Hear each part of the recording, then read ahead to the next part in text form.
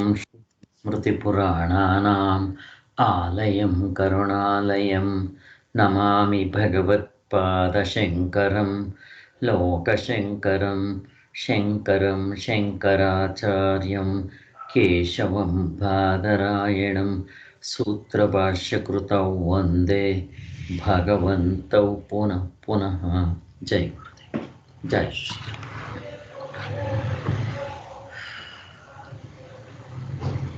ಗುರು ಹಿರಿಯರ ಆಶೀರ್ವಾದದಿಂದ ನಾವು ಪರಮಾರ್ಥ ಚಿಂತಾಮಣಿ ನೋಡೋ ಹಾಗಾಗ್ತಾ ಇದೆ. ನಿನ್ನೆ ನಾವು ಪರಮಾರ್ಥ ಚಿಂತಾಮಣಿಯಲ್ಲಿ 122 ಅವಸ್ಥೆಗಳನ್ನು ಒಂದರ ಕಣ್ಣಿನಿಂದ ಇನ್ನೊಂದನ್ನು ನೋಡಬೇಕು, ತುಂಬ ಲಾಭ ಇದೆ ಅಂತ ಹೇಳಿದ್ರು. ಹಾಗಂದ್ರೆ ಏನು?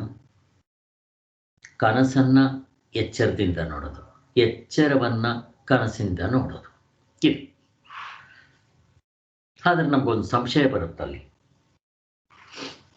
ಕನಸಿನಿಂದ ಎಚ್ಚರಕ್ಕೆ ಬಂದ ಮೇಲೆ ನನಗೆ ಕನಸಿನ ನೆನಪು ಬರುತ್ತೆ. ನೆನಪಲ್ಲ, ಅದು ಇಟ್ಕೋಣ, ವ್ಯವಹಾರ ದೃಷ್ಟಿಯಿಂದ ನೆನಪು ಬರುತ್ತೆ. ಅದರಿಂದ ನಾನು ಕನಸಿನಿಂದ ಎಚ್ಚರಕ್ಕೆ ಬಂದು ಎಚ್ಚರದ ದೃಷ್ಟಿಯಿಂದ ಕನಸನ್ನ ನೋಡಬಹುದು. ಕನಸಿನಲ್ಲಿದ್ದಾಗ ನನಗೆ ಎಚ್ಚರದ ನೆನಪು ಬರುವುದಿಲ್ಲ. ಆದ್ದರಿಂದ ನಾನು ಈ ಎಚ್ಚರವನ್ನು ಕನಸಿನ ದೃಷ್ಟಿಯಿಂದ ಹೇಗೆ ನೋಡ್ಲಿ ಅನ್ನೋ ಒಂದು ಪ್ರಶ್ನೆ ಇದ್ದೇ ಇರುತ್ತೆ. ಇಲ್ಲಿ ಜಾನ್ಸನ್ ಕತೆ ಹೇಳಿದ್ವಿ, ಜ್ಞಾಪಕ ಮಾಡ್ಕೋಬೇಕು. ಏನು ಮಾಡಬೇಕು? ನೀವು ಸಾಕ್ಷಿಯಿಂದ ಎಚ್ಚರವನ್ನು ನೋಡಿ, ಸಾಕ್ಷಿಯ ದೃಷ್ಟಿಯಿಂದ ಕನಸನ್ನ ನೋಡಿ. ಏನು ಬರುತ್ತೆ ಅವಾಗ? ಎರಡೂ ಒಂದೇ. ಎರಡನ್ನೂ ನೀವು ಎಚ್ಚರ ಅಂತನ್ನಿ ಅಥವಾ ಎರಡನ್ನೂ ನೀವು ಕನಸು ಅಂತನ್ನಿ. ಯಾಕೆ? ಎರಡಕ್ಕೂ ಏನೇನೂ ವ್ಯತ್ಯಾಸ ಇಲ್ಲ ಅಂತ ನಾವು ಹಿಂದೆ ಕೂಡ ನೋಡಿದ್ವಿ. ತಕ್ಕಡಿಲಿ ತೂಕ ಹಾಕಿ ನೋಡಿಬಿಡಿ. ಈ ಕಡೆ ಎಚ್ಚರ, ಈ ಕಡೆ ಕನಸು. ಕನಸಿಗೆ ಒಂದು ಆಟಮ್ ಅಷ್ಟು ಕಡಿಮೆ ಹೇಳಕ್ ಬರಲ್ಲ, ಮುಂದೆ ಅದನ್ನು ತೋರಿಸ್ತಾರೆ. ಕನಸು ಎಚ್ಚರ ಹೇಗೆ ಎರಡು ಸಮ? ಎರಡನ್ನೂ ಎಚ್ಚರ ಅನ್ನಿ ಅಥವಾ ಎರಡನ್ನೂ ಕನಸು ಅಂತನ್ನಿ, ಅಷ್ಟೇ. ನೀವೇನು ಕರೀತೀರೋ ಕರೀರಿ. ಕನಸು ಎಚ್ಚರದ ದೃಷ್ಟಿಯಿಂದ ಕನಸು, ಕನಸಿನ ದೃಷ್ಟಿಯಿಂದ ಅದು ಎಚ್ಚರವೇ. ಅದೇ ರೀತಿ ಎಚ್ಚರವು ಎಚ್ಚರದ ದೃಷ್ಟಿಯಿಂದ ಎಚ್ಚರ. ಎಚ್ಚರವನ್ನು ಕನಸಿನ ದೃಷ್ಟಿಯಿಂದ ಅಳೀರಿ, ಅದು ಕನಸಾಗ್ಬಿಡುತ್ತೆ. ನಾವೇ ಎಷ್ಟೋ ಸರಿ ಹೇಳ್ತೀವಿ ವ್ಯವಹಾರದಲ್ಲಿ, ಇದೊಂದು ಹಾಗಲ್ ಕನಸಪ್ಪ, ಇದು ಒಂದು ಕನಸೆ ಅಂತ. ಹಾಗೆ ಇರಲಿ, ಇಷ್ಟನ್ನು ನಾವು ನೋಡಿದ್ವಿ. ಸ್ವಲ್ಪ ಮೆಲ್ಕು ಹಾಕೊಂಡು ಮುಂದಕ್ಕೆ ಹೋಗಬೇಡ. ಇಲ್ಲಿ ಇಂಪಾರ್ಟೆಂಟ್ ಏನು ಅಂದರೆ, ಎರಡು ಅವಸ್ಥೆಗಳಲ್ಲಿ ದೃಶ್ಯ ಪ್ರಪಂಚ ಅಂತೀವಿ. ಎರಡು ದೃಶ್ಯ ಪ್ರಪಂಚ, ಎಚ್ಚರ ಕನಸು. ನಿದ್ದೆ ಅದೃಶ್ಯ ಪ್ರಪಂಚ. ದೃಶ್ಯ ಪ್ರಪಂಚ ಅಂದರೆ ಏನು? ತ್ರಿಪುಟಿ ಇರುತ್ತಿಲ್ಲಿ. ಅಂದರೆ ವ್ಯವಹಾರ ದೃಷ್ಟಿಯಿಂದ ಫಸ್ಟ್ ತಗೋಣ. ವಿಷಯಗಳು ಇದೆ ಅಂತ ಹೇಳೋದಕ್ಕೆ ಇಂದ್ರಿಯಗಳು, ಇನ್ಸ್ಟ್ರೂಮೆಂಟ್ಸು. ಅದರ ಹಿಂದೆಗಡೆ ಅದನ್ನು ತಿಳ್ಕೊಳ್ಳೋವನು ಪ್ರಮಾತೃ. ಈ ಮೂರೂ ಇರಬೇಕು ಅಲ್ವಾ? ಹಾಗೆ ಕರ್ತೃತ್ವ, ಭೋಕ್ತೃತ್ವ, ಜ್ಞಾತೃತ್ವ. ಕರ್ತೃ ಕರ್ಮ ಕ್ರಿಯೆ, ಜ್ಞಾತೃ ಜ್ಞಾನ ಜ್ಞೇಯ. ಹಾಗೆ ಭೋಕ್ತೃ ಭೋಗ ಭೋಗ್ಯ ಅಂದರೆ ವಿಷಯಗಳು, ಇಂದ್ರಿಯಗಳು. ವಿಷಯಗಳು ಹೊರಗಡೆ ಇದೆ, ಇಂದ್ರಿಯಗಳು ಇನ್ನೂ ಹತ್ತಿರ ಇದೆ. ನನಗೆ ಇನ್ಸ್ಟ್ರೂಮೆಂಟ್ಸು ವಿಷಯಗಳಿಗೂ ಮತ್ತು ನಾನೂ ಅಹಂಕಾರ ಜೀವಾತ್ಮನಿಗೂ ಮಧ್ಯದಲ್ಲಿ ಇನ್ಸ್ಟ್ರೂಮೆಂಟ್ಸು. ಇದು ಎರಡು ಕಡೆನೂ ಇದೆ. ಅದೇ ಥರನೇ ಒಂದು ತಿಳ್ಕೋಣ, ಎರಡರಲ್ಲೂ ಅದೇ ಥರನೇ. ಇಲ್ಲೇ ನಾವು ಏನಾಗುತ್ತೆ ಅಂದರೆ, ವಿಷಯಗಳು ಆಬ್ಜೆಕ್ಟ್ಸ್, ವಿಷಯಿ ಪ್ರಮಾತೃ ಸಬ್ಜೆಕ್ಟ್. ಇಲ್ಲಿ ನಾನು ಅದೇ ಅವಸ್ಥೆಯಲ್ಲಿ, ಫಾರ್ ಎಕ್ಸಾಂಪಲ್ ಎಚ್ಚರದಲ್ಲೇ ಆಗಲಿ ಅಥವಾ ಕನಸಿನಲ್ಲೇ ಆಗಲಿ ನೋಡಕ್ಕೆ ಹೋದ್ರೆ ಅಲ್ಲಿ ಒಂದು ಸಬ್ಜೆಕ್ಟು ಒಂದು ಆಬ್ಜೆಕ್ಟ್ ಇರುತ್ತೆ. ಆದರೆ ಈ ಎರಡನ್ನೂ ನಾನು ಸಾಕ್ಷಿ ದೃಷ್ಟಿಯಿಂದ ನೋಡಿ ಏನಾಗುತ್ತವಾಗ, ಆಗ ವ್ಯವಹಾರದ ದೃಷ್ಟಿಯಿಂದ ನಾನು ಈ ಪ್ರಮಾತೃವಿನ ಸಬ್ಜೆಕ್ಟ್ ಅಂತ ಹೇಳಿದ್ನಲ್ಲ, ಈಗ ಆಬ್ಜೆಕ್ಟ್ ಆಗ್ಬಿಡ್ತಾನ ಅವನು. ಇದು ಗೊತ್ತಾಯ್ತು ನಮಗೆ. ಅಲ್ಲಿ ಏನಾಯಿತು, ವ್ಯವಹಾರದ ದೃಷ್ಟಿಯಿಂದ ಆಬ್ಜೆಕ್ಟ್ಸ್ ಸಬ್ಜೆಕ್ಟ್ ಕೂಡ ಪಾರಮಾರ್ಥ ದೃಷ್ಟಿಯಿಂದ ಆಬ್ಜೆಕ್ಟ್ಸೇ. ಅಲ್ಲಿಗೆ ನಮ್ಮ ನಿಜವಾದ ಸ್ವರೂಪ ಮಾತ್ರ ಸಬ್ಜೆಕ್ಟ್, ಮಿಕ್ಕಿರೋದು ಅವಸ್ಥೆ ಒಳಗಡೆ ಇರೋ ಅರ್ಧ ಡಜನ್ ಆಬ್ಜೆಕ್ಟ್. ಅಲ್ಲಿಗೇನಾಯಿತು, ವ್ಯವಹಾರ ದೃಷ್ಟಿಯಿಂದ ಯಾವುದನ್ನು ನಾನು ಸಬ್ಜೆಕ್ಟ್ ಅನ್ನೋದು ಇವಾಗ ಏನಾಯಿತು, ಆಬ್ಜೆಕ್ಟ್ ಆಯಿತು. ಇದು ಇಂಪಾರ್ಟೆಂಟ್. ಇಷ್ಟನ್ನು ನೋಡ್ಕೊಂಡಿದ್ದಾಯಿತು. ಹಾಗೆ ಮಾಡಬೇಕಾಗಿರೋದು. ನಾವು ಹಾಗೆ ಮಾಡಿದ್ರೇ ನಮ್ಮ ನಿಜವಾದ ಸ್ವರೂಪ ಗೊತ್ತಾಗೋದು. ಬೇರೆಯವರೆಲ್ಲ ಏನು ಮಾಡಿದ್ರು ಅಂದರೆ ಹಾಗೆ ಮಾಡಲಿಲ್ಲ ಅವರು. ಅದಕ್ಕೆ ಅವರಿಗೆ ನಿಜವಾದ ಅರಿವನ್ನು ಗುರುತಿಸಕ್ಕೆ ಆಗಲೇ ಇಲ್ಲ, ಕಿತ್ತಾಡ್ತಾ ಇದ್ರು. ನೆನ್ನೆ ಹೇಳಿದ್ದಾಯಿತು. ಅದು ಒಂದು. ಇನ್ನ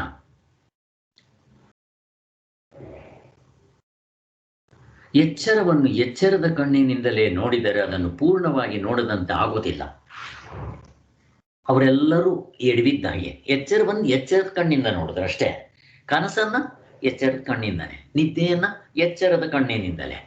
ಅದಕ್ಕೆ ಅವ್ರಿಗೆ ಪೂರ್ತಿ ಸಿಗಲಿಲ್ಲ. ಅದನ್ನೇನಂತೀವಿ, ಅಪೂರ್ಣ ದೃಷ್ಟಿ, ನ್ಯಾರೋ ದೃಷ್ಟಿ, ಸಂಕುಚಿತ ದೃಷ್ಟಿ, ತಪ್ಪು ದೃಷ್ಟಿ ಅಂತ ಹಿಂಗೆಲ್ಲ ಹೇಳ್ತೀವಿ. ಆದರೆ ನಾವಿವಾಗ ಏನು ಮಾಡಿದ್ವಿ, ನಾವು ಎಚ್ಚರವನ್ನು ಕನಸನ್ನು ಎಚ್ಚರದಿಂದ, ನಿದ್ದೆಯನ್ನು ಎರಡು ದೃಷ್ಟಿಗಳಿಂದ ಹಿಂಗೆಲ್ಲ ಮಾಡೋಕ್ಕೆ ಶುರು ಮಾಡಿಬಿಟ್ರಿ. ಆವಾಗ ಏನಾಗೋಯ್ತು, ನಮಗೆ ಸಾಕ್ಷಿನ, ನಿಜವಾದ ನಮ್ಮ ಅರಿವು ಸಾಕ್ಷಿನ ಗುರ್ತು ಮಾಡೋದಕ್ಕಾಯಿತು. ಇದು ಅರ್ಥ ಆಯ್ತು ಇವಾಗ ನಮಗೆ.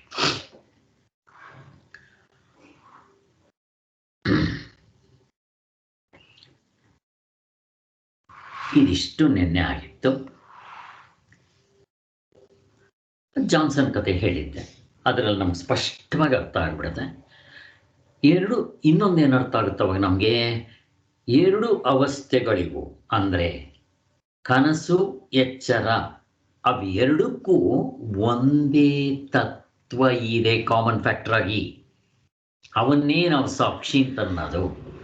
ಅವನು ಮೂರು ಅವಸ್ಥೆಗಳಲ್ಲೂ ಸಹಜವಾಗಿರ್ತಾನೆ. ಅವನು ಹೋಗೋದು ಬರೋದಲ್ಲ, ಅವನಿರ್ತಾನೆ. ಅವನಲ್ಲಿ ಎಚ್ಚರ ಬರುತ್ತೆ, ಕನಸು ಹೋಗುತ್ತೆ, ಕನಸು ಬರುತ್ತೆ, ಹೋಗುತ್ತೆ, ನಿದ್ದೆ ಬರುತ್ತೆ, ಹೋಗುತ್ತೆ.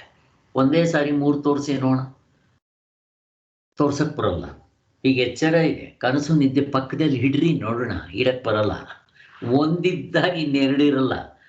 ಯಾಕೆ ಗೊತ್ತಾ, ಸತ್ಯ ಇಲ್ಲ. ಆದ್ದರಿಂದ ಸತ್ಯವಾಗಿ ಇದ್ದಿದ್ರೆ ಮೂರು ಜನನ ಒಟ್ಟಿಗೆ ನಾನು ಪಕ್ಕದಲ್ಲಿ ಇಡ್ಬೋದು, ಒಂದೇ ಕಾಲದಲ್ಲಿ ಹಂಗೆ ಇಡ್ಬೋದು. ನನಗೆ 3 ಜನ ಮಕ್ಕಳಿದ್ದಾರೆ, ಯಾರೋ ಬಂದರೆ ನಾನು ಕರ್ತಿದ್ದೆ, ಇವನು ರಾಮ, ಇವನು ಕೃಷ್ಣ, ಇವನು ಗೋವಿಂದ ಅಂತ ಒಂದೇ ದೇಶದಲ್ಲಿ ಒಂದೇ ಕಾಲದಲ್ಲಿ ನಿಮಗೆ ಡೆಮೋ ಮಾಡಿ ತೋರಿಸ್ಬೋದು. ಈಗ ಅವಸ್ಥೆಗಳು ನಂಗೆ ತೋರಿಸ್ರಿ. ಈಗ ಎಚ್ಚರ ಇದೆ, ಕನಸು ತೋರಿಸ್ರಿ ಅಂದರೆ ಏನಂತೀರಾ? ಇಲ್ಲ ಸ್ವಾಮಿ, ನಿದ್ದೆ ತೋರಿಸಿ. ಇಲ್ಲ ಸ್ವಾಮಿ, ನಾನು ತೋರ್ಸಕ್ಕೆ ಬರಲ್ಲ, ಇವಾಗ ಎಚ್ಚರ ಮಾತ್ರ ಇದೆ ಅಂತೀವಿ. ಯಾಕೆ? ಅವೆರಡೂ ಇಲ್ಲ. ಕನಸಿದ್ದಾಗ ಎಚ್ಚರ ನಿದ್ರೆ ತೋರಿಸ್ರಿ ಅಂತಾನೆ, ತೋರಿಸ್ಲಿ ನೋಡೋಣ. ನಿದ್ದೆ ಇದ್ದಾಗ ಎಚ್ಚರ ಕನಸು ತೋರ್ಸಕ್ಕೆ ಬರಲ್ಲ. ಯಾಕೆ? ಅವು ಇರೋದಿಲ್ಲ.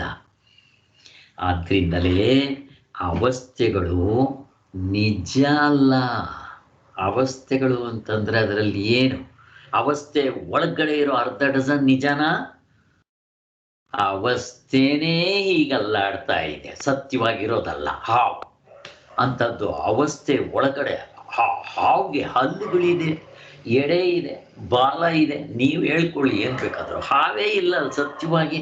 ಇನ್ನು ಅದರ ಹಲ್ಲು ಎಲ್ಲಿಂದ ಬಂತು, ಅದರ ವಿಷಯ ಎಲ್ಲಿಂದ ಬಂತು? ಆದ್ದರಿಂದ ಹಾಗೆ ಚಿಂತನೆ ಮಾಡಿದ್ವಿ ನಾವು. ಸೊ ಅಲ್ಲಿಗೆ ಪರಿಪೂರ್ಣ ದೃಷ್ಟಿ, ಅಪೂರ್ಣ ದೃಷ್ಟಿ ಅಂದರೆ ಏನು ಅಂತ ಗೊತ್ತಾಯಿತು. ಅಲ್ಲಿಗೆ ಜ್ಞಾನವು ಸತ್ಯ. ಜ್ಞಾನ ಅಂದರೆ ಏನು? ಸಬ್ಜೆಕ್ಟ್ ಯಾವತ್ತೂ ಸತ್ಯ, ಆಬ್ಜೆಕ್ಟ್ ಯಾವತ್ತೂ ಸತ್ಯ ಅಲ್ಲ. ಅಲ್ಲಿಗೆ ಸಬ್ಜೆಕ್ಟ್ ಒಂದೇ ಇರೋದು, ಸಾಕ್ಷಿ ಒಬ್ಬನೇ ಇರೋದು. ಆದ್ದರಿಂದ ಮತ್ತೆ ಗಾಢನಿದ್ರೆಯಲ್ಲಿದ್ದಾಗ ಸಾಕ್ಷಿ ಮಾತ್ರ ಇರ್ತಾನೆ ಅನ್ನೋದು ಸರಿಯಾ? ನಾನು ಪ್ರಶ್ನೆ ಕೇಳ್ತಾ ಇದ್ದೇನೆ, ಯಾರಾದರೂ ಉತ್ತರ ಕೊಡಬೇಕು. ಗಾಢ ನಿದ್ರೆಯಲ್ಲಿ ಸಾಕ್ಷಿ ಮಾತ್ರ. ಸರಿ ಸರ್, ಸರಿ ಸರಿ ಅಲ್ಲ, ಅದಕ್ಕೆ ಪ್ರಶ್ನೆ ಕೇಳಿದ್ದು.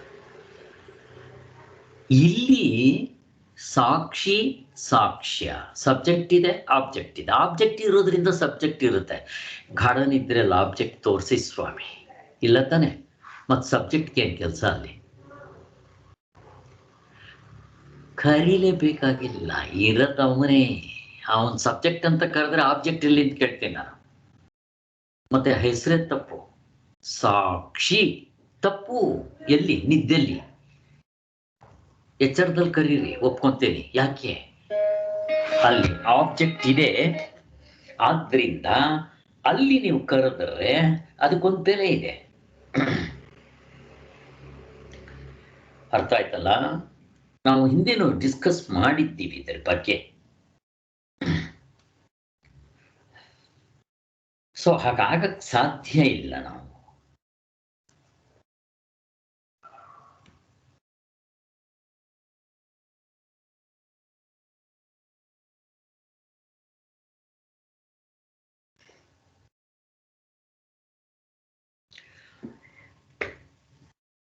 ಅರ್ಥ ಆಯ್ತಲ್ಲ?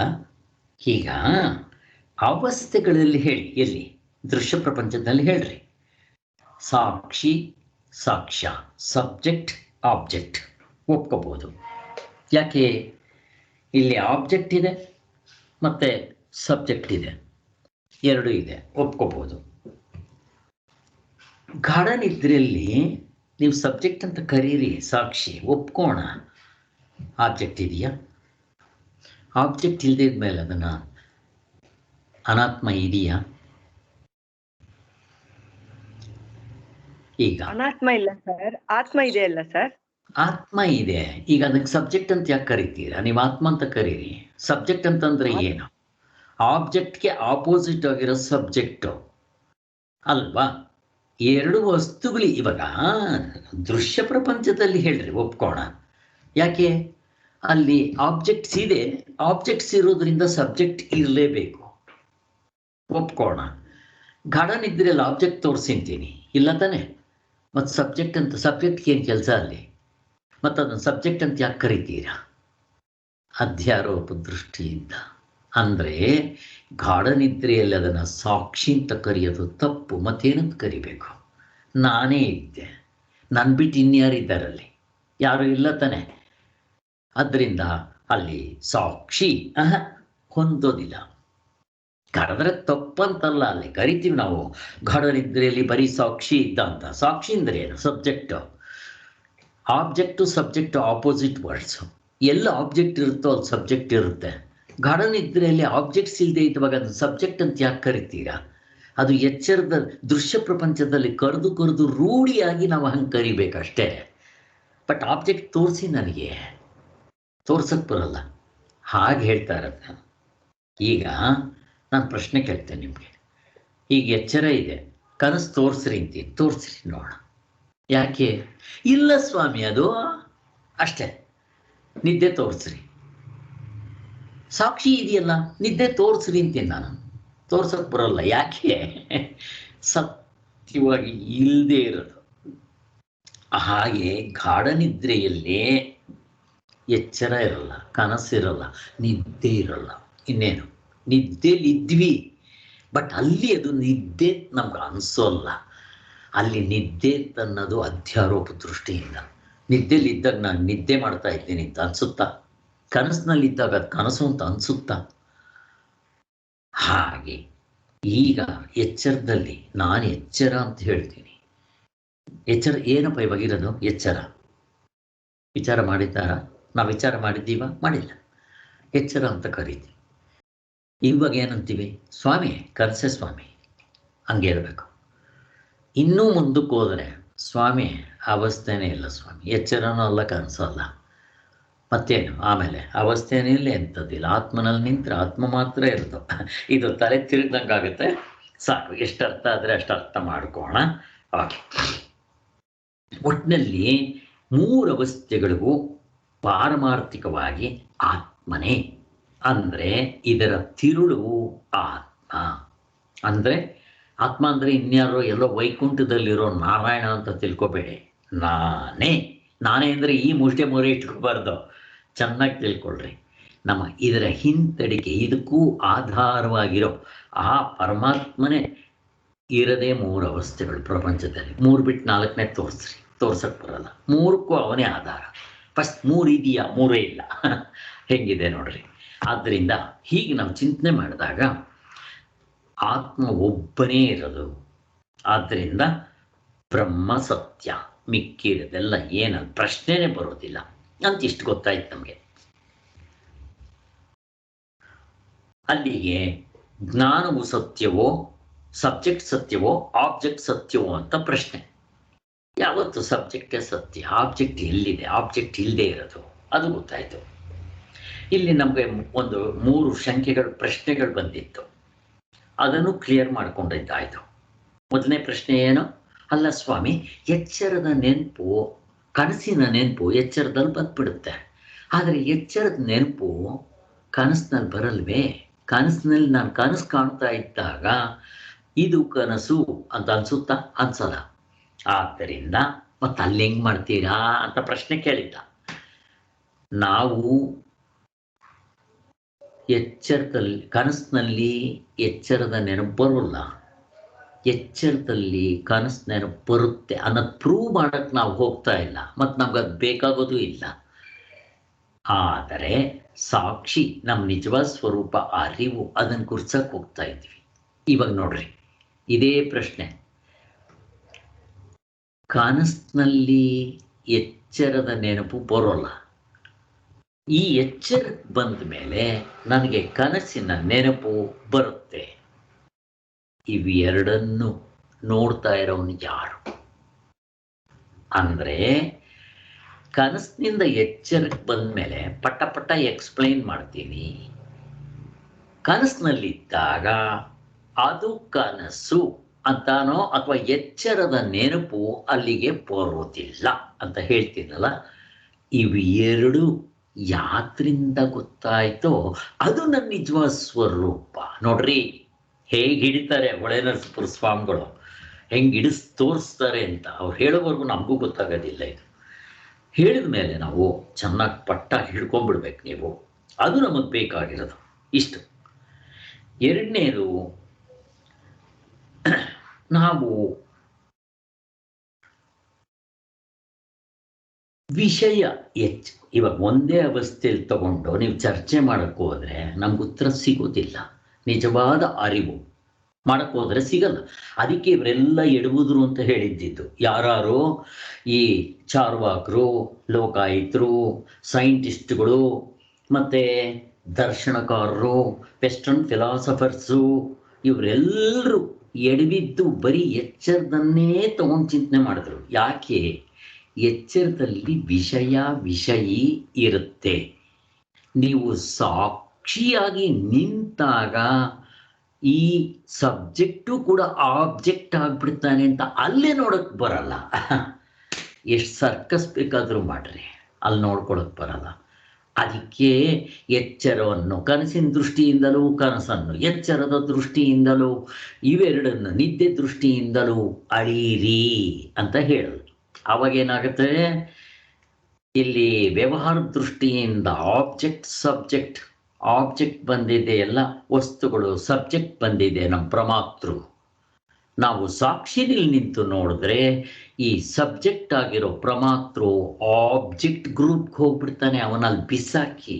ನೀವು ಸಾಕ್ಷಿಲಿ ನಿಂತು ನೋಡ್ರಿ, ಅವಾಗೇನಾಗುತ್ತೆ, ಆಗ ನೀವು ಸಬ್ಜೆಕ್ಟ್ ಆಗಿರ್ತೀರ, ಮಿಕ್ಕಿರೋದೆರಡು ಆಬ್ಜೆಕ್ಟ್ ಆಗಿಬಿಡುತ್ತೆ.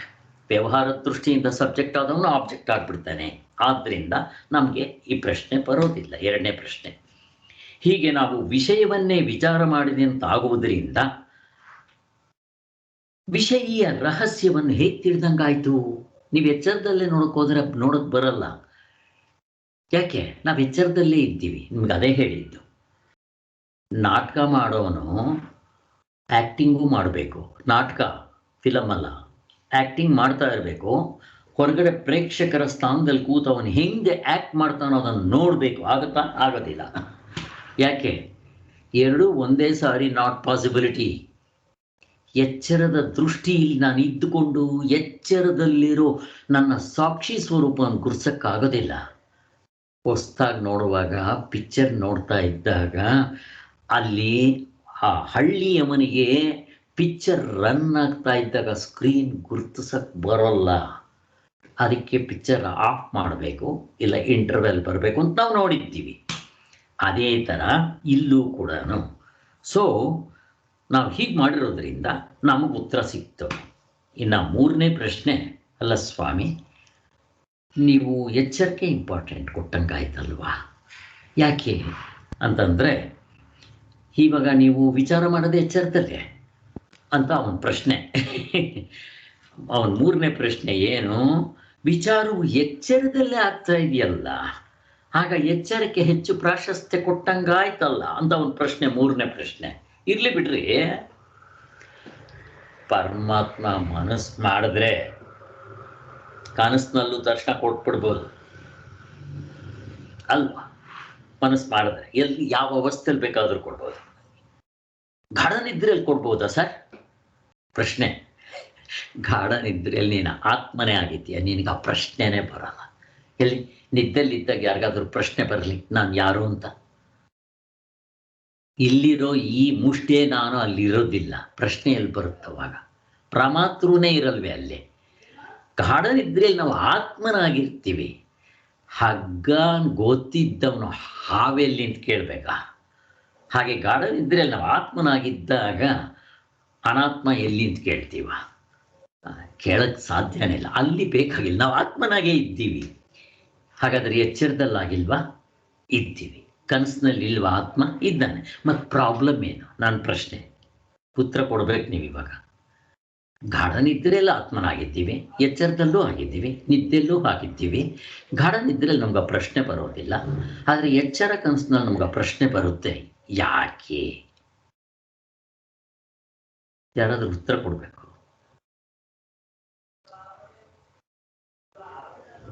ಆತ್ಮ ಅನಾತ್ಮ ಕಲಬೆರಕೆ ಆಗಿದೆ, ನಮಗ್ ಗೊತ್ತಿಲ್ಲ ಅಷ್ಟೇ.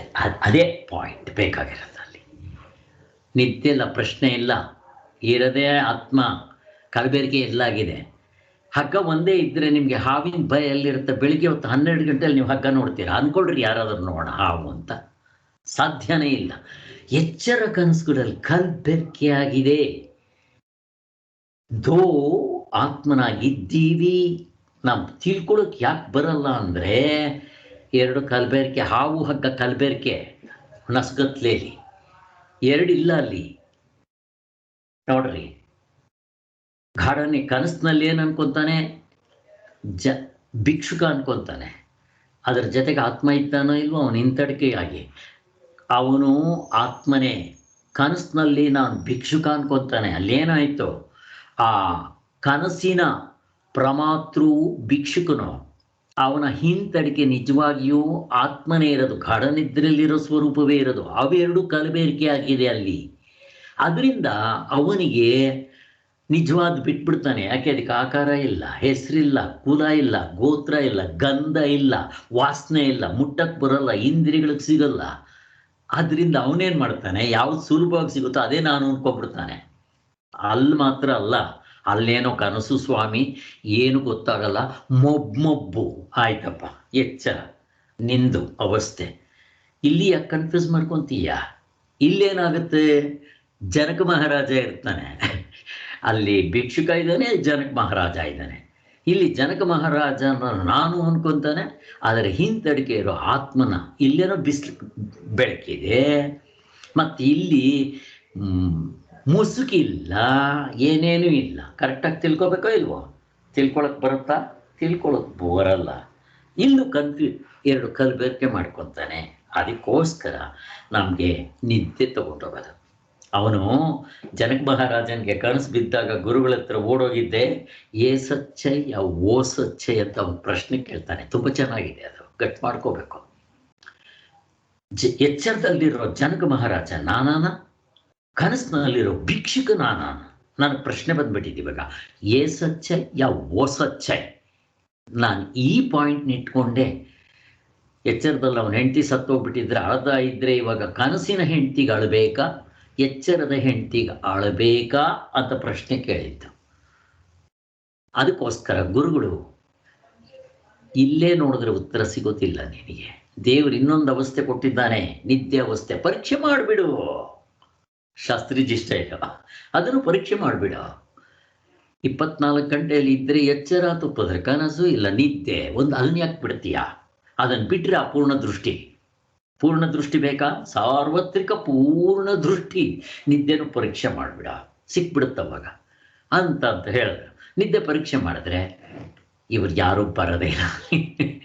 ಸೂರ್ಯನ ಹತ್ರ ಹೋಗಿ ಕತ್ಲೆ ಕಂಪ್ಲೇಂಟ್ ಮಾಡ್ತೋ, ಅಲ್ಲಿ ಹೋದರೆ ಎಲ್ಲಿರ್ತಾವೋ ಕತ್ಲೆ.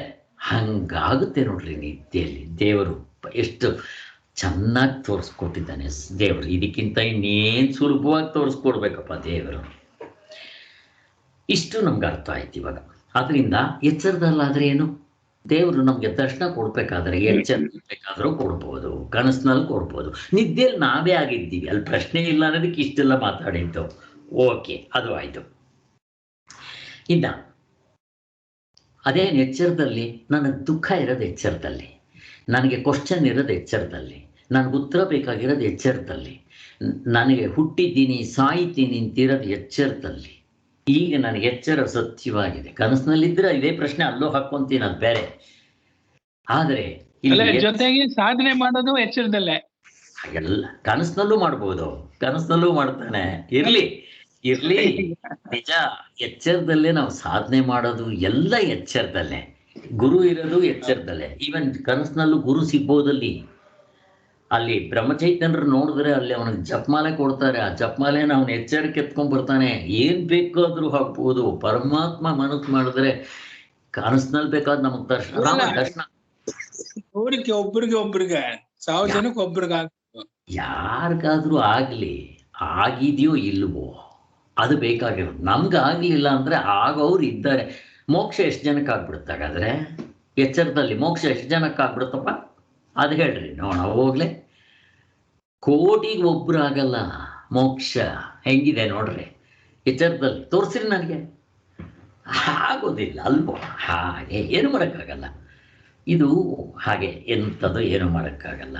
ಯಾಕೆ ಹೇಳಿದ್ವಿ ಅಂತಂದರೆ, ಪರಮಾತ್ಮ ಮನಸ್ಸು ಮಾಡಿದ್ರೆ ಎಲ್ಲಿ ಬೇಕಾದರೂ ಅವನು ಮುಕ್ತಿ ಮೋಕ್ಷವನ್ನು ಕೊಡ್ಬೋದು. ತಾಯಿಯ ಗರ್ಭದಲ್ಲಿದ್ದಾಗೆ ಅವನು ಮುಕ್ತನಾಗಿದ್ದಾನೆ. ಅಹಂ ಬ್ರಹ್ಮಾಸ್ಮಿ ಅಂತ ಹೇಳ್ತಾನಲ್ಲ ಯಾರವನು. ಹಾಗೆಲ್ಲ ಇದ್ದಾಗ ಎಲ್ಲಿ ಕೊಡ್ಬೇಕಾದ್ರೂ ಕೊಡ್ಬೋದು ಅಂತ ಪ್ರಶ್ನೆ ಬಂದಿತ್ತು. ಸರಿ, ಓಕೆ. ಈ ಆಮೇಲೆ ಇನ್ನೊಂದು ಲೌಕಿಕ, ವೈದಿಕ, ಪಾರಮಾರ್ಥಿಕ ಎಲ್ಲಪ್ಪ ಎಚ್ಚರದಲ್ಲೇ. ಎಲ್ಲವೂ ಎಚ್ಚರದಲ್ಲಿರೋದ್ರಿಂದ ನಮ್ಗೆ ಎಚ್ಚರದಲ್ಲೇ ಇರೋದ್ರಿಂದ ತೊಂದರೆ ಇಲ್ಲ. ಅದಕ್ಕೂ ಉತ್ತರ ಸಿಕ್ಬಿಡ್ತು. ಈ ಶಂಕೆಯು ಅವಸ್ಥಾತ್ರ ದೃಷ್ಟಿಯ ಮರ್ಮವನ್ನು ಚೆನ್ನಾಗಿ ತಿಳಿದುಕೊಳ್ಳೋದ್ರಿಂದ ಉಂಟಾಗುತ್ತೆ. ಅದು ಆಯಿತು. ಎಚ್ಚರದಲ್ಲಿ ಕನಸಿನ ನೆನಪಿರುತ್ತೆ, ಕನಸಿನಲ್ಲಿ ಎಚ್ಚರದ ನೆನಪಿರುವುದಿಲ್ಲ ಅಂತ ಹೇಳಿದ್ದಕ್ಕೆ ಒಂದರ ದೃಷ್ಟಿಯಿಂದ ಒಂದು ಪರೀಕ್ಷೆ ಮಾಡೋದು ಹೇಗೆ ಅಂತ ಅದನ್ನು ತೋರಿಸಿದ್ದಾಯಿತು. ಇಷ್ಟು ನೆನ್ನೆ ಆಗಿತ್ತು. ಮುಂದಕ್ಕೆ ಹೋಗೋಣ.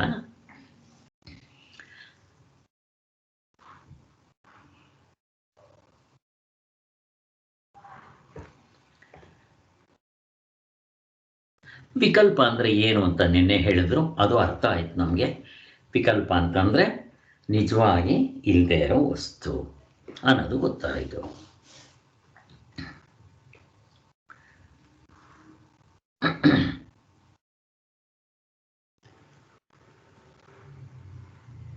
ಸೊ ಇಷ್ಟು ನಿನ್ನೆ ಆಗಿತ್ತು. ಇವಾಗ ಮುಂದಕ್ಕೆ ಹೋಗೋಣ. ಇನ್ನು ಈಗ ಎಲ್ಲವೂ ವಿಷಯವೇ ಆದರೆ ಎಲ್ಲವೂ ಆಬ್ಜೆಕ್ಟ್ಸ್ ಆಗೋಯ್ತು. ಆದರೆ ವಿಷಯ ರಹಸ್ಯ ಎಲ್ಲಿ ತಿಳಿದಂಗಾಯಿತು ಅನ್ನೋದು ಇನ್ನೊಂದು ಪ್ರಶ್ನೆ ಇದೆ ಅಂತಾರೆ. ಅದಕ್ಕೆ ಉತ್ತರ ಸಿಕ್ಕಿದೆ, ಮತ್ತೆ ಅದನ್ನು ಬಿಡಿಸ್ತಾ ಇದ್ದಾರೆ ಸ್ವಾಮಿಗಳು. ಹೋಗೋಣ ಮುಂದಕ್ಕೆ. ಇಲ್ಲಿ ಎಚ್ಚರ ದೃಶ್ಯ ಪ್ರಪಂಚದಲ್ಲಿ ಏನಾಯಿತು? ಆಬ್ಜೆಕ್ಟ್ ಸಬ್ಜೆಕ್ಟ್ ಇತ್ತು. ಈಗ ಎಲ್ಲವೂ ಆಬ್ಜೆಕ್ಟೇ ಆಗಿಬಿಟ್ರೆ, ಅಂದರೆ ಈ ಜೀವಾತ್ಮನ್ನು ಕೂಡ ಆಬ್ಜೆಕ್ಟ್ಗೆ ಹಾಕ್ಬಿಟ್ರೆ ಆವಾಗ ನಮಗೆ ಸಬ್ಜೆಕ್ಟ್ ವಿಚಾರ ಎಲ್ಲಿ ಗೊತ್ತಾಯಿತು ಅಂತ ಒಂದು ಪ್ರಶ್ನೆ. ಯಾತ್ರಿಂದ ನೋಡ್ತೀವಿ, ಇವೆಲ್ಲ ಆಬ್ಜೆಕ್ಟ್ ಆಗಿದೆ ಅಂತ ಯಾತ್ರಿಂದ ನೋಡ್ತೀವಿ, ಅವನೇ ಸಬ್ಜೆಕ್ಟು, ಅಲ್ಲೇ ಉತ್ತರ ಇದೆ ಇರಲಿ ಎಂಬ ಶಂಕೆ ವಿಮರ್ಶಿಸಬೇಕಾಗಿದೆ. ಇವಾಗ ಕನಸಿನಲ್ಲಿಯೇ ಆಗಲಿ ಎಚ್ಚರದಲ್ಲಿಯೇ ಆಗಲಿ, ಅಂದರೆ ದೃಶ್ಯ ಪ್ರಪಂಚ ನಾವು ವಿಷಯವಾಗಿಸಿಕೊಳ್ಳದೆ ಯಾವುದನ್ನು ವಿಚಾರ ಮಾಡುವುದು ಆಗುವುದಿಲ್ಲ ಅನ್ನೋದು ನಿಜ. ನೀವು ಆಬ್ಜೆಕ್ಟ್ ಮಾಡಿಕೊಳ್ಳದೆ ಯಾವುದನ್ನಾದರೂ ವಿಚಾರ ಮಾಡೋಕ್ಕಾಗುತ್ತಾ? ಆಗೋದಿಲ್ಲ. ಆದರೂ ಕನಸನ್ನು ಎಚ್ಚರದ ಕಣ್ಣಿನಿಂದಲೂ ಎಚ್ಚರವನ್ನು ಕನಸಿನ ಕಣ್ಣಿನಿಂದಲೂ ವಿಷಯವಾಗಿಸುವುದಕ್ಕೆ ಹೋದರೆ ಆಯಾ ಅವಶ್ಯ ವಿಷಯಗಳೆರಡನ್ನು ಹೊರಕ್ಕೆ ದಬ್ಬಿ ಅವುಗಳ ಸಾಕ್ಷಿಯಲ್ಲೇ ನಾವು ನಿಂತ್ಕೊಂಡ್ಬಿಡ್ಬೇಕಾಗತ್ತೆ. ಕರೆಕ್ಟ್ ಅಲ್ವಾ? ಈಗ ಅದೇ ಮಾಡಿದ್ದು ನಾವು. ವ್ಯವಹಾರದ ದೃಷ್ಟಿಯಿಂದ ಸಬ್ಜೆಕ್ಟ್ ಆಬ್ಜೆಕ್ಟ್ ಅಂತೀವಿ. ಪ್ರಮಾತೃ ಕರ್ತೃತ್ವ ಭೋಕ್ತೃತ್ವ ಅಥವಾ ಸ್ಮಾಲ್ ಐ ಜೀವಾತ್ಮನ್ನ ಸಬ್ಜೆಕ್ಟ್ ಅಂತಂದು ವ್ಯವಹಾರ ದೃಷ್ಟಿಯಿಂದ, ಮಿಕ್ಕಿರೋದೆಲ್ಲ ಆಬ್ಜೆಕ್ಟ್ ಅಂತ ಕರೆದ್ವಿ. ಆದರೆ ನಮಗೆ ಪಾರಮಾರ್ಥವನ್ನು ಕಂಡುಹಿಡಿಬೇಕಾದ್ರೆ ಸಾಕ್ಷಿಯಲ್ಲಿ ನಿಂತಿದ್ದನ್ನು ನೋಡಬೇಕು. ಹಾಗೆ ನೋಡಬೇಕಾದ್ರೆ, ಕನಸನ್ನು ನೋಡಬೇಕಾದ್ರೆ ಎಚ್ಚರದಿಂದ ನೋಡ್ರಿ, ಎಚ್ಚರವನ್ನು ನೋಡಬೇಕಾದ್ರೆ ಕನಸಿನಿಂದ ನೋಡ್ರಿ. ಕನಸಿನಿಂದ ನೋಡಿ ಅಂದಿದ ತಕ್ಷಣ ಇವಾಗ ನಾವು ಗಾಢ ನಿದ್ರೆಯಲ್ಲಿ ಆತ್ಮನ ಗುರುತಿಸಿರ್ತೀವಿ. ಆತ್ಮ ಅಂದ್ರೆ ನಮ್ಮ ನಿಜವಾದ ಸ್ವರೂಪನ ಗುರುತಿಸಿರ್ತೀವಿ. ಈಗ ನಾವು ನೋಡೋದಕ್ಕೂ ಆ ದೃಷ್ಟಿಯನ್ನು ಹಿಡ್ಕೊಂಡು ಕನಸನ್ನು ನೋಡ್ರಿ. ಯಾರು ಜಾನ್ಸನ್ ನೋಡಿದ್ನಲ್ಲ ಹಾಗೆ ಅದೇ ರೀತಿ ಎಚ್ಚರವನ್ನ ಇಲ್ಲೇ ನೋಡೋಕೆ ಕಲ್ತ್ಕೋಬೇಕು. ಇದು ಬೇಕಾಗಿರೋದು ನಮಗೆ. ಹಾಗೆ ನೋಡಿದ್ರೆ ಈಗಲೇ ನೀವು ಸಾಕ್ಷಿಯಲ್ಲಿ ಸ್ಟ್ಯಾಂಡ್ ಪಾಯಿಂಟ್ ತೊಗೊಂಡ್ಬಿಡ್ತೀರಾ. ಜಾನ್ಸನ್ ಮಾಡಿದ ಕೆಲಸನ ನೀವು ಕೂತ್ಕೊಂಡು ಕಣ್ಣು ಮುಚ್ಕೊಂಡು ಬೆಳಿಗ್ಗೆ 4 ಗಂಟೆಗೆ 9 ಗಂಟೆಗೆ ಹೇಳ್ತೀರಲ್ವ, ಅವಾಗ ಈ ಕೆಲಸ ಮಾಡಿರಿ, ನೋಡ್ರಿ ಏನಾಗ್ತದೆ ಅಂತ. ಈ ಜೀವಾತ್ಮ ತನ್ನ ತನವನ್ನು ಬಿಟ್ಟು ಆತ್ಮನಾಗಿ ಉಳ್ಕೊಂಡ್ಬಿಡ್ತೀರ. ಅವಾಗ ಅಷ್ಟೇ ಬೇಕಾಗಿರೋದು. ಇದು ವಿವೇಕದ ಜ್ಞಾನ, ಇದು ಜ್ಞಾನದ ವಿಚಾರ, ವಸ್ತುತಂತ್ರ ವಿಚಾರ, ಇದು ಕರ್ತೃತಂತ್ರ ಅಲ್ಲ. ಇದು ಅದನ್ನು ಹೇಳ್ತಾ ಇದ್ದಾರೆ ಇಲ್ಲಿ. ಸೊ ಹಾಗೆ ಮಾಡಿದ ತಕ್ಷಣ ಅವುಗಳನ್ನ ಹೊರಕ್ಕೆ ದಬ್ಬಿ, ಯಾರನ್ನ ಮೊದಲು ಸಬ್ಜೆಕ್ಟ್ ಆಗಿದ್ನಲ್ಲ ದೃಶ್ಯ ಪ್ರಪಂಚದಲ್ಲೇ ನಾನು ಅಂತ ಸ್ಮಾಲ್ ಐ, ಅವನ್ನೂ ಕೂಡ ಆಬ್ಜೆಕ್ಟ್ ಗ್ರೂಪ್ಗೆ ಬಿಸಾಕಿ ನೀವು ಸಾಕ್ಷಿಯಾಗಿ ನಿಂತು ನೋಡಿ. ಅವಾಗೇನಾಗುತ್ತೆ? ಅದು ಆಬ್ಜೆಕ್ಟ್ ಆಯಿತು, ನೀವು ಸಬ್ಜೆಕ್ಟ್ ಆದ್ರಿ, ಅಷ್ಟೇ, ಮುಗಿದೋಯ್ತು. ಕನಸಿನ ವಿಷಯಗಳು ಎರಡೂ ಸೇರಿದ ಒಟ್ಟಿನ ಸಾಕ್ಷಿ. ಕನಸಿನಲ್ಲಿ ವಿಷಯಗಳು ಎಲ್ಲ, ವಿಷಯಿ ಜೀವಾತ್ಮ ಸ್ಮಾಲ್ ಐ, ಅವನ್ನ ಹೊರಗಡೆ ಹಾಕಿ ಎರಡನ್ನೂ ಸೇರಿಸಿ ಸಾಕ್ಷಿಯಿಂದ ನೋಡ್ರಿ. ಅವಾಗೇನಾಯಿತು? ಸಾಕ್ಷಿ ಸಬ್ಜೆಕ್ಟ್ ಆದ, ಮಿಕ್ಕಿರೋದು ಆಬ್ಜೆಕ್ಟ್ ಆಯಿತು. ಅದೇ ರೀತಿ ಎಚ್ಚರದಲ್ಲೂ ಕೂಡ ಮಾಡಿ. ಎಚ್ಚರದಲ್ಲಿ ಆಬ್ಜೆಕ್ಟು, ಇವನು ಸಬ್ಜೆಕ್ಟು ವ್ಯವಹಾರ ದೃಷ್ಟಿಯಿಂದ.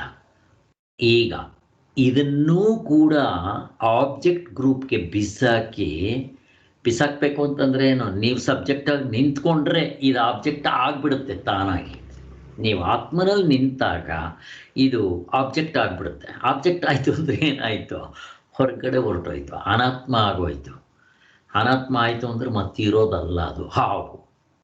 ಇದನ್ನೇ ಏನಂತಾರೆ ಅವರು? ಇದಕ್ಕೇನು ಹೆಸರು ಕೊಟ್ಟರು ಅವರು? ವಿಕಲ್ಪ. ಹಾವು ನಿಜವಾಗ್ಲೂ ಇಲ್ದೇ ಇರೋದು, ಅದಾಗ್ಬಿಡುತ್ತೆ. ಅವಸ್ಥೆಗಳು ಪ್ರತಿಯೊಂದು ಹಂಗಾಗ್ಬಿಡುತ್ತೆ ಅಂತ ಹೇಳ್ತಾ ಇದ್ದಾರೆ. ಇದಷ್ಟೇ ಮಾಡಬೇಕಾಗಿರೋದು. ಆ ಎರಡು ವಿಷಯಗಳನ್ನ ಹೊರಗೆ ದಬ್ಬಿ ಎರಡೂ ಸೇರಿದ ಸಾಕ್ಷಿಯಾಗಿ ಇವುಗಳ ಒಟ್ಟಿಗೆ ಪರಮಾರ್ಥ ದೃಷ್ಟಿಯಿಂದ ಸಮ ಅಂತ ನಮ್ಮ ಮನಸ್ಸಿನಲ್ಲಿ ತಟಾರನೆ ಮಿಂಚಿಬಿಡುತ್ತೆ, ಗೊತ್ತಾಗ್ಬಿಡುತ್ತೆ. ಇನ್ನೇನು ಬೇಕು ನಿಮಗೆ? ಇದು ಎಲ್ಲಿ ಹೊಳಿಬೇಕು? ಇದೇ ಮನಸ್ಸಿನಲ್ಲೇ ಹೊಳಿಬೇಕು. ನಾನು ಹಾವು ಅಂತ ಅಂದ್ಕೊಂಡಾಗ ಹಾವಿನ ಪ್ರತ್ಯಯ ಅಂತಃಕರಣದಲ್ಲಿ ಮೂಡುತ್ತೆ. ಎಲ್ಲಿ ಮೂಡುತ್ತೆ? ಇದೇ ಎಚ್ಚರದ ಅಂತಃಕರಣದಲ್ಲಿ ಹಾವಿನ ಪ್ರತ್ಯಯ ಮೂಡಿರುತ್ತೆ. ಇಲ್ಲದ ನಾನು ಹಾವಂತ ಭಯ ಪಡೋಲ್ಲ, ನನಗೆ ಹಾವು ಸತ್ಯ ಅಲ್ಲಿ. ಈಗ ಯಾರೋ ಬಂದು ತೋರಿಸೋ, ನಾನು ಟಾರ್ಚ್ ತೋರಿಸೋ, ಏನೋ ಮಾಡಿದ್ಮೇಲೆ ಹಗ್ಗದ ಪ್ರತ್ಯಯ ಮೂಡುತ್ತೆ. ಎಲ್ಲಿ? ಎಚ್ಚರದಲ್ಲೇ. ಎಲ್ಲಿ? ಇದೇ ಅಂತಃಕರಣದಲ್ಲಿ. ಎಲ್ಲ ಒಂದೇ ಕಾಲ ಪ್ರವಾಹ. ಹಾಗೆಯೇ ಈಗ ನಾನು ಅಂತಂದರೆ ಪ್ರಮಾತೃ ಪ್ರತ್ಯಯ. ಪ್ರಮಾತೃ ಅಂತಾರಲ್ಲ, ಅದನ್ನು ಏನಂತಾರೆ? ಪ್ರಮಾತೃ ಅಥವಾ ನಾನು ಪ್ರತ್ಯಯ ಮೂಡಿದೆ ಅಂತಃಕರಣದಲ್ಲಿ. ನಾನು ಸತ್ಯ ಅಂತ ತಿಳ್ಕೊಂಡಿದ್ದೀನಿ.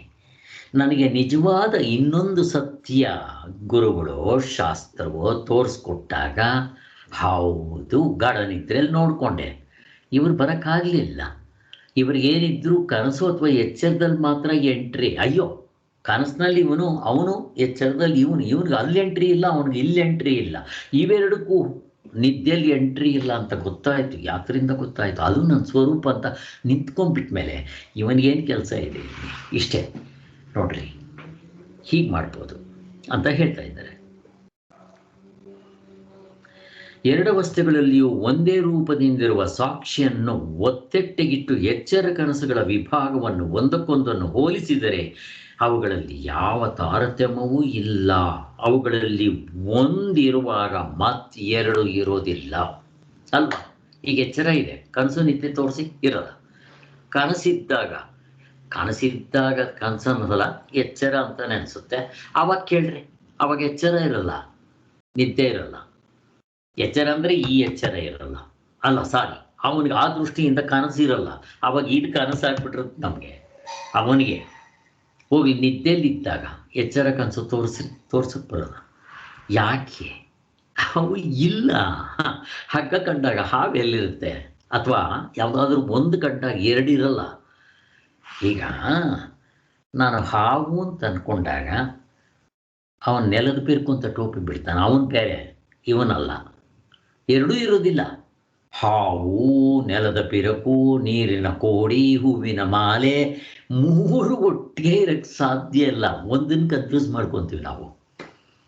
ಎಚ್ಚರದಲ್ಲಿದ್ದರೆ ಜನಕ ಮಹಾರಾಜನೇ ನಾನು, ಕನಸಿನಲ್ಲಿದ್ದರೆ ಭಿಕ್ಷುಕನೇ ನಾನು. ಆ ಕನಸಿನಲ್ಲಿ ಇನ್ನೊಂದು ಕನಸಿನಲ್ಲಿ ಅವನು ಚಿಟ್ಟೆ ಆಗಿರ್ಬೋದು, ಇನ್ನೊಂದು ಕನಸಿನಲ್ಲಿ ಕತ್ತೆ ಆಗಿರ್ಬೋದು, ಇನ್ನೊಂದು ಕನಸಿನಲ್ಲಿ ಅವನು ಮಂತ್ರಿ ಆಗಿರ್ಬೋದು, ಏನು ಬೇಕಾದರೂ ಆಗಲಿ. ಅದು ಏನಾಗ್ತಾನೋ ಅದು ಬಾಲದಿಂದ ಹಿಡಿದು ತಲೆವರೆಗೂ ಅದು ಏನಾಗಿರ್ತಾನೋ ಅದನ್ನು ನಾನು ಅನ್ಕೊತಾನೆ ಸಹಜವಾಗಿ.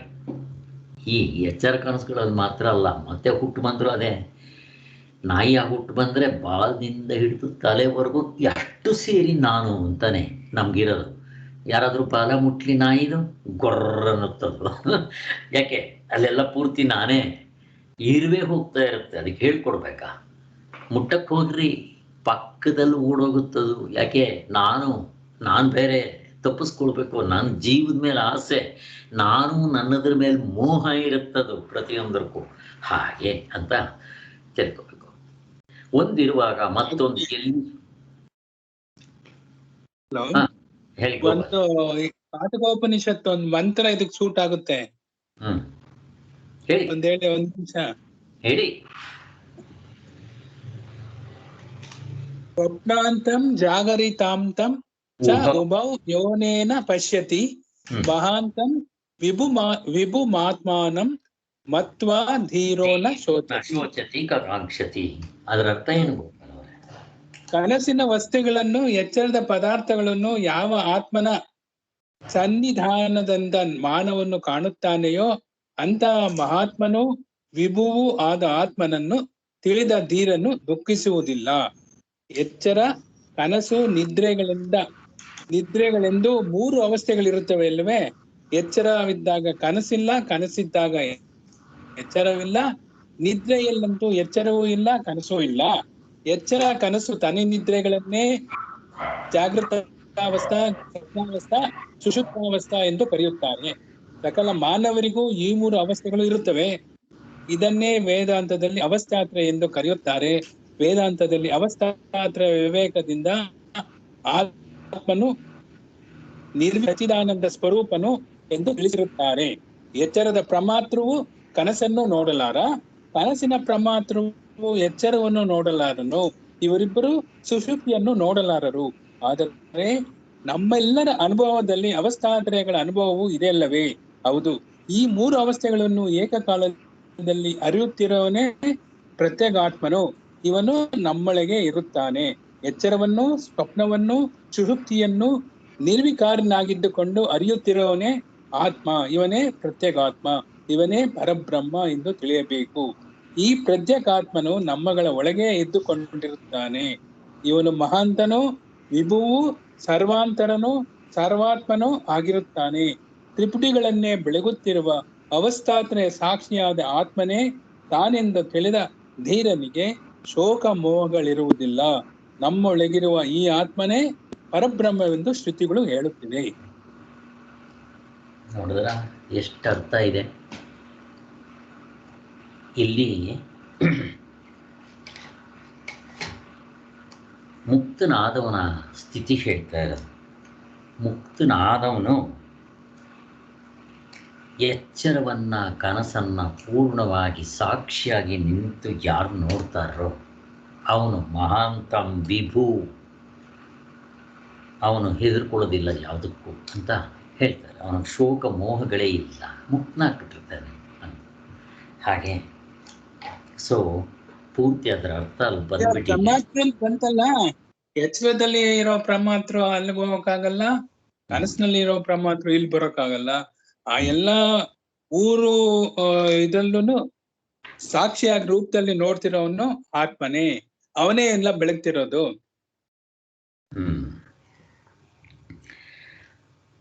ಎಚ್ಚರವನ್ನು, ಕನಸನ್ನು ಪೂರ್ತಿಯಾಗಿ ಯಾರು ನೋಡಕ್ ಬರ್ತಾ ಇದೆಯೋ ಸಾಕ್ಷಿಯಾಗೆ ನೋಡಕ್ ಬರೋದು. ಅಂದರೆ ಕನಸಿನಲ್ಲಿರೋ ಪ್ರಮಾತ್ರನು ಆಬ್ಜೆಕ್ಟ್ ಆಗಿ ಹಾಕಿ, ಎಚ್ಚರದಲ್ಲಿರೋ ಪ್ರಮಾತ್ರನು ಆಬ್ಜೆಕ್ಟ್ ಆಗಿ ಹಾಕಿ ಅಂತ ಅಂದಿದ ತಕ್ಷಣ ನೀವು ಸಾಕ್ಷಿಲಿ ನಿಂತರೇ ಅದು ಹಾಕಕ್ಕೆ ಬರೋದು, ಇಲ್ಲದಿದ್ರೆ ಬರೋದಿಲ್ಲ. ಆದ್ದರಿಂದ ಇವೆರಡು ಅವಸ್ಥೆಗಳನ್ನು ಸಾಕ್ಷಿ ದೃಷ್ಟಿಯಿಂದ ನೋಡಿದವನು, ಈ ಎರಡೂ ಯಾರಿಗೆ ಅನುಭವ ಬರುತ್ತೋ ಅವನು ಬ್ರಹ್ಮಜ್ಞಾನಿ, ತತ್ವವನ್ನು ತಿಳಿದವನು ಅಂತ ಹೇಳ್ತಾ ಇದ್ದಾರೆ. ಎಷ್ಟು ಚೆನ್ನಾಗಿದೆ ನೋಡ್ರಿ. ಸೊ ಈ ಅವಸ್ಥಾತ್ರಯದ ವಿಚಾರ ಪ್ರಶ್ನೋಪನಿಷತ್ತು, ಕಠೋಪನಿಷತ್ ಕೆಲವು, ಆಮೇಲೆ ಬೃಹದಾರಣ್ಯಕ, ಮಾಂಡುಕ್ಯ. ಈ ಮಾಂಡುಕ್ಯದಲ್ಲಂತೂ ಇದ್ದೇ ಇದೆ, ಅದರ ಬಗ್ಗೆ ಇದು ಹೇಳಲೇಬೇಕಾಗಿಲ್ಲ. ಅಲ್ಲೂ ಇದೇ ಥರ ಒಂದು ಉತ್ತರನೂ ಬರುತ್ತೆ ಮಾಂಡುಕ್ಯ ಉಪನಿಷತ್ನಲ್ಲೂ. ಅದನ್ನು ಇದನ್ನು ಕಂಡವನೇ ಜ್ಞಾನಿ ಅಂತ ಕೂಡ ತೋರಿಸ್ತಾರೆ ಕ್ಲೀನಾಗಿ. ಹೀಗೆ ಎಲ್ಲ ಬೇರೆ ಬೇರೆ ಉಪನಿಷತ್ತುಗಳಲ್ಲೂ ಕೂಡ ಅದನ್ನು ತೋರಿಸ್ತಾ ಇದ್ದಾರೆ ಅಂತ ಹೇಳ್ತಾರೆ. Good, okay.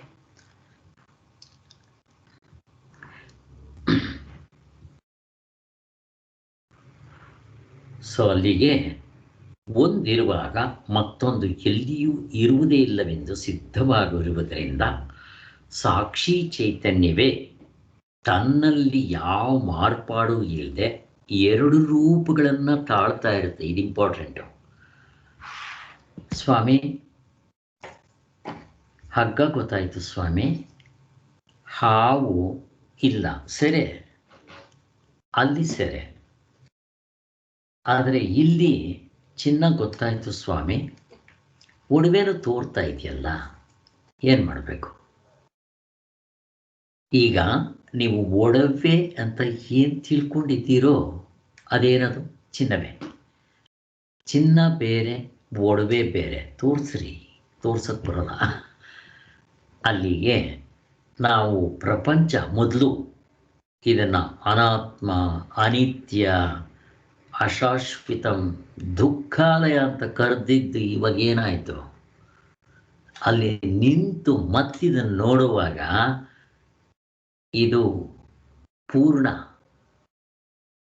ಪೂರ್ಣಮದಂ ಸಾಕ್ಷಿ ಪೂರ್ಣ, ಇದು ಪೂರ್ಣಮಿದಂ ಪೂರ್ಣಾತ್ ಪೂರ್ಣಮುದಚ್ಯತೆ ಪೂರ್ಣಸ್ಯ ಪೂರ್ಣಮಾದಾಯ ಪೂರ್ಣಮೇವಾವಶಿಷ್ಯತೆ. ಎಲ್ಲವೂ ಹೋಗುವಾಗ ನೇತಿ ತತ್ವ ತಿಳ್ಕೋಬೇಕಾದ್ರೆ ಬಿಟ್ಟು ಹೋಗಬೇಕು. ಅಲ್ಲಿ ನಿಂತ್ಕೊಂಡ್ಮೇಲೆ ಇತಿ ಇತಿ ಇತಿ ಇತಿ ಅಷ್ಟೇ. ಆವಾಗ ಎರಡಿಲ್ಲ. ನೀವು ವ್ಯವಹಾರ ದೃಷ್ಟಿಯಿಂದ ಏನು ಹೇಳ್ತೀರೋ ಅದು ಪರಮಾರ್ಥ. ಇವತ್ತು ಭಗವದ್ಗೀತೆಯಲ್ಲೂ ಕೂಡ ನಾವು ಹೇಳಿದ್ವಲ್ಲ, ಅದು ಜ್ಞಾಪಕ ಮಾಡಿಕೊಡ್ರಿ. ಹಾಗೆ ಇಲ್ಲಿ ಎರಡನ್ನು ಪ್ರಶ್ನೆನೇ ಬರೋದಿಲ್ಲ, ಒಂದೇ ಇರೋದು. ಈಗ ವ್ಯವಹಾರ ಪರಮಾರ್ಥ ಮಿಕ್ಸ್ ಆಗಿಬಿಡುತ್ತೆ. ಆದರೆ ತಿಳಿಸ್ಕೊಡ್ಬೇಕಾದ್ರೆ ಹಂಗೆ ಹೇಳ್ಕೋಬೇಕಷ್ಟೇ. ನೀವು ಬ್ರಹ್ಮಜ್ಞಾನದಲ್ಲಿ ನಿಂತರೆ ಅನಾತ್ಮ ಇರೋದಿಲ್ಲ. ಆದರೆ ನಿಮ್ಗೇನು ತೋರುತ್ತೋ ಅದೆಲ್ಲವೂ ಪರಮಾತ್ಮನೇ ತೋರ್ತಾ ಇರೋದು. ಇವಾಗ ನೀವು ಒಡವೆಗಳು ಅಂತೀರ, ಅದು ಚಿನ್ನ ಬಿಟ್ಟು ತೋರಿಸ್ರಪ್ಪ ಅಷ್ಟೇ. ಮಣ್ಣು ಬಿಟ್ಟು ಮಡಿಕೆ ಕುಡಿಕೆ ತೋರಿಸಿಪ್ಪ, ತೋರ್ಸಕ್ಕೆ ಬರಲ್ಲ. ಮತ್ತು ಆತ್ಮ ಬಿಟ್ಟು ಪ್ರಪಂಚ ಹೆಂಗೆ ತೋರಿಸ್ತೀರ? ಕಂಡವರು ಅದನ್ನು ಆತ್ಮ ಅಂತಾರೆ, ಕಾಣದೇ ಇರೋರು ಇದನ್ನು ಪ್ರಪಂಚ ಅಂತಾರೆ. ಕಂಡವರು ಅದನ್ನು ಚಿನ್ನ ಅಂತಾರೆ, ಕಾಣದೇ ಇರೋರು ಅದನ್ನು ಒಡವೆ ಅಂತಾರೆ. ಏನು ಹೆಸರಿನಲ್ಲಿ ವ್ಯತ್ಯಾಸ ಅಷ್ಟೇ. ವಾಚಾರಂಭಣಂ ವಿಕಾರ, ವಸ್ತು ಏನು ಒಂದೇ. ಹಾಗಲ್ಲ, ಅಜ್ಞಾನಿಗಳಿಗೆ ಬರೀ ಒಡವೆ ಅಂತ ಕಾಣುತ್ತೆ, ಬ್ರಹ್ಮಜ್ಞಾನಿಗಳಿಗೆ ಅದನ್ನೆಲ್ಲ ಚಿನ್ನ ಅಂತ ಅನ್ಕೊಂತಾರೆ. ಈ ಪ್ರಪಂಚನೇ ಬ್ರಹ್ಮ ಅನ್ಕೊಂತಾರೆ, ನಾವೆಲ್ಲ ಪ್ರಪಂಚ ಅಂತ ಅನ್ಕೊಂತೀವಿ. ಹಂಗ ಹೌದು. ಆದ್ರೆ ಇಲ್ಲಿ ಪ್ರಶ್ನೆ ಏನು ಅಂದ್ರೆ, ಚಿನ್ನ ಕರಗಿಸಿದ್ರೆ, ಆ ಒಡವೆ ಕರಗಿಸಿದ್ರೆ ಆಭರಣ ಇರಲ್ಲ. ಚೆನ್ನಾಗಿ ಜ್ಞಾಪಕ ಇಟ್ಕೊಳ್ಳಿ. ಇಲ್ಲಿ ಈ ವಸ್ತು ಶರೀರ ಸತ್ಯ ಅಲ್ಲ, ಸತ್ಯ ಅಂತ ಏನು ಹೇಳಕ್ ಬಂದಿಲ್ಲ. ಇದಕ್ಕೆ ಹಿಂದಡಿಕೆ ಆತ್ಮನಿದ್ರೇನೆ ಇದು ತೋರಕ್ ಬರೋದು, ಚಿನ್ನ ಇದ್ರೇನೆ ಆಭರಣ ತೋರಕ್ ಬರೋದು. ಈಗ ನೀವು ಯಾರು ನೋಡ್ತಾನೆ, ನಾವು ಮುಂದೆ ಇರೋದು ನೋಡ್ತೀವಿ. ಕಂಡ ಮೇಲೆ ಇವನು ಹಾಳಾಗೋಗ್ಲಿ ಅಂತೀವ ನಾವು? ಅದು ನನ್ನ ಪ್ರಶ್ನೆ. ಇಲ್ಲ, ಅವಾಗೇನಾಗುತ್ತೆ? ಆವಾಗ ಪ್ರಪಂಚ ಎಲ್ಲ ನಾನೇ ಹಾಕಿ ತೋರ್ತಾ ಇರೋದು. ಇಲ್ಲಿ ತುಂಬ ಇಂಪಾರ್ಟೆಂಟ್, ಇದು ತುಂಬ ಇಂಪಾರ್ಟೆಂಟ್. ಅದು ಎಷ್ಟು ಜನಕ್ಕೆ ಅರ್ಥ ಆಗುತ್ತೋ ನನಗೆ ಗೊತ್ತಿಲ್ಲ. ನೀವು ತತ್ವವನ್ನು ಕಂಡಾಗ ಅಥವಾ ಚೆನ್ನಾಗಿ ಮನಸ್ಸಿನಲ್ಲಿ ಮೆಲ್ಕು ಹಾಕಿ ನೀವು ನಿಂತಾಗ ಮತ್ತೊಬ್ರಿಗೆ ಮೋಸ ಮಾಡಬೇಕು ಅಂತ ಮನಸ್ಸು ಬರಲ್ಲ ನೋಡ್ರಿ. ಅಲ್ಲ, ಅವಾಗ ದ್ವೈತ ಭಾವನೆ ಹೋಗುತ್ತೆ. ಎಲ್ಲ ಒಂದೇ, ಆ ಒಂದು ತಿಳ್ಕೊಂಡ್ರು ಬೇಕಾದಷ್ಟು ನಮ್ಗಿದಾಗುತ್ತೆ ಮನಸ್ಸಿನಲ್ಲಿ. ಆವಾಗ ಯಾರು ಮೋಸ ಮಾಡ್ತೀರಾ ಹೇಳ್ರಿ? ಅಕಸ್ಮಾತ್ ಇರ್ಬೋದು, ಅದು ಅನಾತ್ಮವೇ ಇರ್ಬೋದು, ಅದು ತೋರ್ದೇನೆ ಇರ್ಬೋದು, ಶರೀರ ತೋರ್ದೇ ಇರ್ಬೋದು. ಬಟ್ ನಾನು ಶರೀರ ತೋರ್ತಾ ಇದ್ರು ಅದ್ರ ಹಿಂತಡಿಕೆ ಆತ್ಮ ನಾನು ನೋಡ್ತಾ ಇರ್ತೀನಿ. ಪಾಪ ಅವ್ರಿಗೆ ಗೊತ್ತಿಲ್ಲ ಅದು, ಆದರೆ ನನಗೆ ಗೊತ್ತದು. ಆದ್ದರಿಂದ ನೀವು ಯಾರಿಗೂ ಮೋಸ ಮಾಡೋಕ್ಕೆ ಬರಲ್ಲ, ಸುಳ್ಳು ಹೇಳಕ್ಕೆ ಬರಲ್ಲ, ಹಿಂಸೆ ಮಾಡೋಕ್ಕೆ ಬರಲ್ಲ. ಈಗ ಈ ಥರ ಆಗ್ಬಿಟ್ರೆ, ಪ್ರತಿಯೊಬ್ಬರು ಬ್ರಹ್ಮಜ್ಞಾನಿಗಳಾಗ್ಬಿಟ್ರೆ ಪ್ರಪಂಚ ಏನಾಗುತ್ತೆ?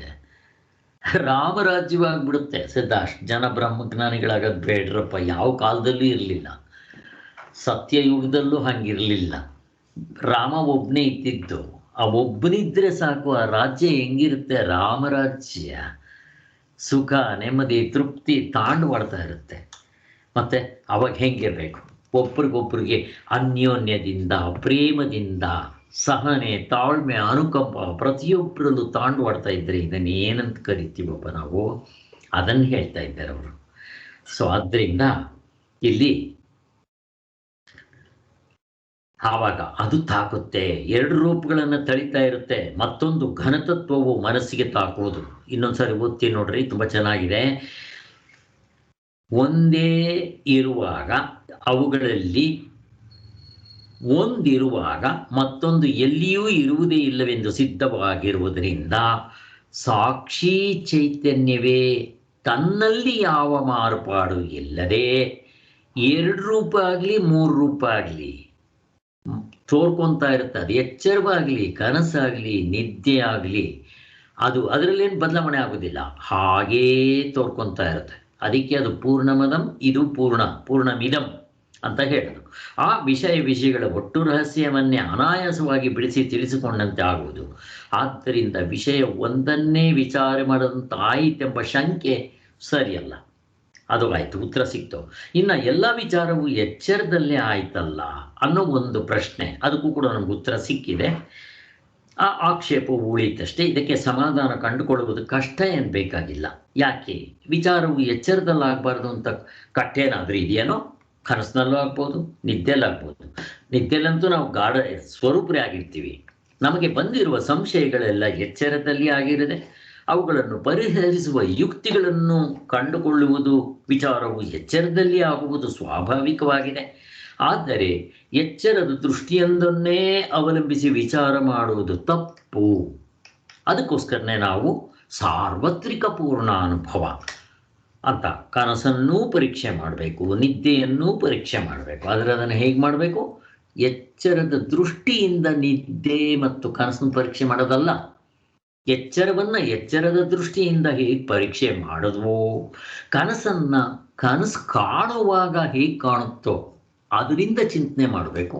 ನಿದ್ದೆನಲ್ಲಿದ್ದಾಗ ನಿದ್ದೆಯನ್ನು ನಾನು ಅನುಭವಿಸುವಾಗ ಹೇಗಿರುತ್ತೋ ಅದನ್ನು ಎಚ್ಚರಕ್ಕೆ ತಂದು ಅನುಭವವನ್ನು ತರಬೇಕು. ನಿದ್ದೆ ತರಕ್ಕೆ ಬರಲ್ಲ, ಅನುಭವವನ್ನು ತಂದು ಇಲ್ಲಿ ನಾವು ಚಿಂತನೆ ಮಾಡಬೇಕು ಅಂತ ಹೇಳ್ತಾ ಇರೋದು.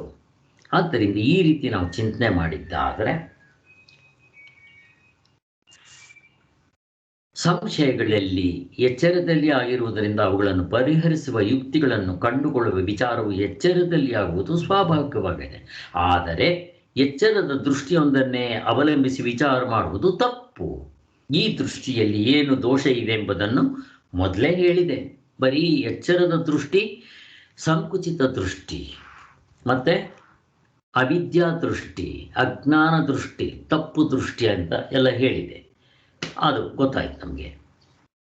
ಈ ದೋಷ ಪರಿಹಾರವಾಗಿದೆ. ಎಚ್ಚರವನ್ನು ನೋಡುವಾಗ ಕನಸು ನಿದ್ರೆಗಳ ದೃಷ್ಟಿಯಿಂದ ನೋಡಬೇಕು. ಇವಾಗ ಎಚ್ಚರ ನೋಡುವಾಗ ಕನಸು ನಿದ್ರೆ ದೃಷ್ಟಿಯಿಂದ ನೋಡಬೇಕಂತೆ. ಕನಸನ್ನು ನೋಡುವಾಗ ಎಚ್ಚರ ನಿದ್ರೆ ದೃಷ್ಟಿಯಿಂದ ನೋಡಬೇಕಂತೆ. ಹೇಗೆ? ಈಗ ಎಚ್ಚರದಲ್ಲಿ ನಾನೇನು ಅಂದ್ಕೊಂಡಿದ್ದೀನಿ? ಜನಕ ಮಹಾರಾಜ. ಇದನ್ನ ಎಚ್ಚರವನ್ನ ಕನಸು ನಿದ್ದೆ ದೃಷ್ಟಿಯಿಂದ ನೋಡ್ರಿ. ಕನಸಿನಲ್ಲಿ ನಿನ್ನ ಜನಕ ಮಹಾರಾಜ ಬರ್ತಾನೇನಪ್ಪ ಅಲ್ಲಿಗೆ? ಬರಲ್ಲ. ಹೋಗಿ ಇವರಿಬ್ರು ನಿದ್ದೆಗೆ ಬರ್ತಾರೇನಪ್ಪ? ಬರಲ್ಲ. ಮತ್ತು ನೀನು ನಿದ್ದೆಲಿದ್ಯೋ ಇಲ್ವೋ ಅಂತ ಹೇಳಿ ಅವನ ನಿಜವಾದ ಸ್ವರೂಪವನ್ನು ತೋರಿಸಿ ಅಲ್ಲಿಂದ ಇವಾಗ ನೀನು ಜನಕ ಮಹಾರಾಜನ ನೋಡು. ಅಲ್ಲಿ ಆ ದೃಷ್ಟಿಯಿಂದ ನೀನು ಭಿಕ್ಷುಕನ ನೋಡು. ಅವನೇ ಜನಕ ಮಹಾರಾಜನಾಗಿ ತೋರ್ತಾ ಇದ್ದಾನೆ, ಭಿಕ್ಷುಕನಾಗಿ ತೋರ್ತಾ ಇದ್ದಾನೆ. ಮತ್ತು ಅವನೇ ಎಚ್ಚರದ ಅವಸ್ಥೆಯಾಗಿ ಕನಸಿನ ಅವಸ್ಥೆಯಾಗಿ ತೋರ್ತಾ ಇದ್ದಾನೆ. ಅಷ್ಟು ಮಾತ್ರ ಅಲ್ಲ, ಎಚ್ಚರದ ಅವಸ್ಥೆಯಾಗಿ ತೋರ್ತಾ ಇದ್ದಾನೆ. ಎಚ್ಚರದ ಅವಸ್ಥೆಯಲ್ಲಿ ಜನಕ ಮಹಾರಾಜನಾಗಿ ತೋರ್ತಾ ಇದ್ದಾನೆ. ಅದಾದ ಮೇಲೆ ಇಂದ್ರಿಯಗಳಾಗಿ ತೋರ್ತಾ ಇದ್ದಾನೆ. ಅದಾದ ಮೇಲೆ ಹೊರಗಡೆ ವಿಷಯಗಳಾಗೂ ತೋರ್ತಾ ಇದ್ದಾನೆ. ಅಲ್ಲಿಗೆ ತ್ರಿಪುಟಿ ಪೂರ್ತ ಅವನೇ ತೋರ್ತಾ ಇರೋದು. ಅಂದರೆ ಆತ್ಮನೇ ಪ್ರಪಂಚವಾಗಿ ತೋರ್ತಾ ಇದ್ದೇನೆ. ಅದೇ ರೀತಿ ನಿದ್ದೆಯಲ್ಲಿ ಎಚ್ಚರವನ್ನು ನೋಡುವಾಗ ಕನಸು ನಿದ್ರೆಯಿಂದ ಕಂಪೇರ್ ಮಾಡಬೇಕು. ಅದೇ ರೀತಿ ಕನಸನ್ನು ನೋಡುವಾಗ ಎಚ್ಚರ ನಿದ್ರೆಯಿಂದ ಕಂಪೇರ್ ಮಾಡಬೇಕು. ಕನಸಿನಲ್ಲಿ ಏನು ಅಂದ್ಕೊಂಡಿರ್ತಾನೆ? ನಾನು ಭಿಕ್ಷುಕ ಅಂದ್ಕೊಂಡಿರ್ತಾನೆ. ಅಪ್ಪ, ಎಚ್ಚರದಲ್ಲಿ ಜನಕ ಮಹಾರಾಜ ಆಗಿದ್ದೆ ನೀನು, ಇಲ್ಲಿ ಭಿಕ್ಷುಕ ಹೇಗಾದೆ? ಅವನು ಇಲ್ಲಿಗೆ ಬರ್ತಾನ? ಬರಲಿಲ್ಲ. ಹೋಗಲಿ. ನೀನು ಎಚ್ಚರಕ್ಕೆ ಹೋಗ್ತೀಯಾ? ಹೋಗೋದಿಲ್ಲ. ಹೋಗ್ಲಿ. ನಿದ್ದೆಗೆ ಹೋಗಕ್ಕೆ ಬರುತ್ತಾ? ಹೋಗಕ್ಕೆ ಬರಲ್ಲ ಅಂತ ಎಚ್ಚರ ಕನಸಿನ ದೃಷ್ಟಿಯಿಂದ ನಿದ್ದೆನ ಅವನಿಗೆ ಹೇಳಿದ ತಕ್ಷಣ ಟಕ್ ಅಂತ ಹಿಡಿದು ಬಿಡ್ತಾನವನು. ಅದೇ ರೀತಿ ಇವೆರಡೂ ನಾನಲ್ಲ ಅಂತ ಇವನಿಗೆ ಪ್ರಶ್ನೆ ಬರುತ್ತೆ. ಏ ಸಚ್ಚಯ್ಯ ಓ ಸಚ್ಚಯ್. ಆ ನಿದ್ದೆಯನ್ನು ಎಚ್ಚರ ಕನಸಿನ ದೃಷ್ಟಿಯಿಂದ ನೋಡಬೇಕು. ಅವನು ಜನಕ ಮಹಾರಾಜನಾಗ ಅದೇ ಪ್ರಶ್ನೆ ಬಂದಿದ್ದು. ಏ ಜನಕ ಮಹಾರಾಜ ಸಚ್ಚೈ नहीं तो वो स्वप्न में भिक्षुक है, वो सच है. दोनों भी सच नहीं. वो ಗಾಢ ನಿದ್ರೆ, ಡೀಪ್ ಸ್ಲೀಪ್, ಥೋಡ ಎಕ್ಸಾಮ್ ಕರೋ ಅಂತ ಹೇಳ್ತು. ಅಲ್ಲಿ ನೋಡಿದ ತಕ್ಷಣ ಇವೆರಡರ ದೃಷ್ಟಿಯಿಂದ ನಾನು ನೋಡಕ್ಕೆ ಹೋದಾಗ ಇವೆರಡೂ ನಾನಲ್ಲ ಅಂತ ಗೊತ್ತಾಗೋಯ್ತು. ಅದನ್ನು ಹೇಳ್ತಾ ಇದ್ದಾರೆ ಅಷ್ಟೆ. ಆದ್ದರಿಂದ ಒಂದನ್ನು ಎರಡು ಅವಸ್ಥೆಗಳಿಂದ ನೋಡಿಕೊಂಡ್ರೆ ನಮಗೆ ಉತ್ತರ ಸಿಕ್ಬಿಡುತ್ತೆ ಅಂತ ಹೇಳ್ತಾ ಇದ್ದಾರೆ. ಈ ಒಕ್ಕಣಿನ ದೃಷ್ಟಿ ದೋಷವು ಪರಿಹಾರ ಆಗ್ಬಿಡುತ್ತೆ ಅಂತ ಹೇಳ್ತಾ ಇದ್ದಾರೆ. ಅಲ್ಲಿಗೆ ಬಂದರೆ ಎಚ್ಚರ ಒಂದೇ ನಿಜವಾದ ಅವಸ್ಥೆ ಎಂಬ ಒಕ್ಕಣಿನ ದೃಷ್ಟಿ ದೋಷ ನಮಗೆ ನಿವಾರಣೆ ಆಗ್ಬಿಡುತ್ತೆ. ಅಲ್ಲಿಗೆ ಸಾರ್ವತ್ರಿಕ ಪೂರ್ಣ ಅನುಭವ ದೃಷ್ಟಿಯಿಂದ ನಾವು ನೋಡೋದು ಹೇಗೆ ಅಂತ ಗೊತ್ತಾಯಿತು. ಅಲ್ಲಿಗೆ ಇವತ್ತು 122 ಏನು ಹೇಳಿದ್ವೋ ಆ ಟಾಪಿಕ್ ಪೂರ್ತಿ ಕಂಪ್ಲೀಟ್ ಆಯಿತು. 122. ಸೊ ಇದನ್ನು ನಾಳೆ ಸ್ಟಡಿ ಗ್ರೂಪ್ಗೆ ಇಟ್ಕೋಣ, ದಯವಿಟ್ಟು ಓದ್ಕೊಂಬನ್ನಿ. ಓಂ ಶಾಂತಿ ಶಾಂತಿ.